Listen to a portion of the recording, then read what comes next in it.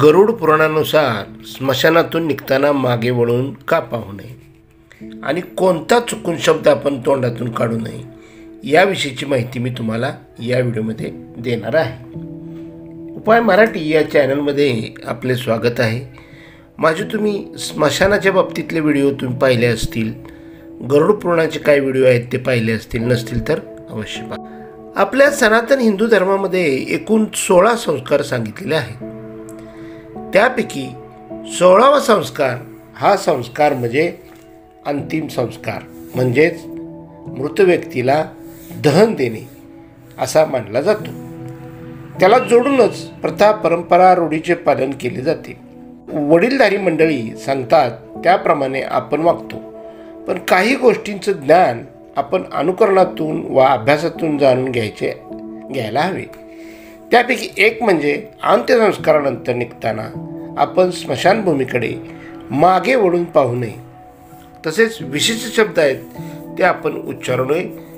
ते शब्द कोणते ते आपण पुढे पाहणार आहोत। मृत्यू ही बाब जेवढी वेदनादायी आहे तेवढीच ती गूढ देखील आहे। देहावर शेवटचे संस्कार केले जातात, पण आत्म्याचे काय? तो अमर आहे, मग तो पुढे कुठे जातो? त्याला पुन्हा देहप्राप्ती होऊन नवीन जन्म मिळतो का? कोणत्या योनीत मिळतो? असे अनेक प्रश्न आपल्याला पडतात। त्याची उत्तरे शास्त्रकारांनी गरुड पुराणामध्ये दिलेली आहेत। हे गरुड पुराणामध्ये ह्या गोष्टी सगळ्यात सांगितलेल्या आहेत की मृत्यूविषयीच्या ज्या कोणत्या गोष्टी आहेत, दहन कसं करायचं, त्यांना आपण कोणत्या दिशेला त्यांचं डोकं ठेवायचं, कोणत्या बाजूनं आपण त्यांना दहन करायचं, त्यानंतर 13वा कधी करायचा, 10वा कधी करायचा, 3रा कधी करायचा, याविषयीचे व्हिडिओ मी आपणाला काय केलेलेच आहेत, पण त्यातले काही व्हिडिओ मी तुम्हाला यापुढे सुद्धा करणार आहे। तर असे अनेक प्रश्न आपल्याला पडतात ज्याची उत्तरे शास्त्रकारांनी गरुड पुराणामध्ये लिहून ठेवलेली आहेत। व्यक्तीच्या मृत्यूपश्चात त्यांच्या घरी 13व्या दिवसापर्यंत या पुराणाचे वाचन केले जाते। त्यात मृत्यूसंबंधी अनेक प्रश्नाची उत्तरे सापडतात। मृत्यू व्यक्ती संसार बंधने सोडून निघून गेले तरी तिच्या पश्चात राहणाऱ्या लोकांवर सामाजिक धार्मिक बंधने असतात आणि ती पाळावी लागतात।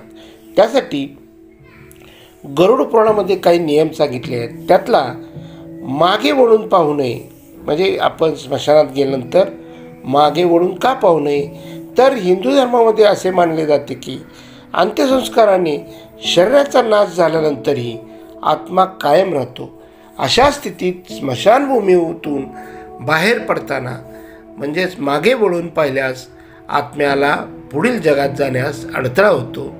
कारण आपल्याकडं मागं वळून पाहिलं की त्याचं प्रेम आपलं जे असतं ते उद्भवतं। म्हणून आपण प्रवासाला कुठं जाताना सुद्धा मागे वळून परत आपण एकमेकांना हाय हॅलो करतो, टाटा करतो। तर तशा पद्धतीनं आपण जर मागे वळून पाहिलं तर त्या आत्म्याला वाटतं की हे म्हणजे आत्म्याचा जीव आपल्या प्रेमामध्ये अडकतो आणि मग तो आत्मा पुढे जाण्याच्या ऐवजी मग तो आपल्याबरोबरच आपल्या संसारामध्ये घुटमळत राहतो असे मानलेले आहे। तर तो पुढे जगात जाण्यात त्याला अडथळा होतो, तो याच संसारात घुटमळत राहतो। कुटुंबियाची आसक्ती कमी होत नाही आणि त्यामुळे तो सद्गती मिळून परलोकी जाण्याऐवजी या मृत्यूलोकातच गिरट्या घालत राहतो।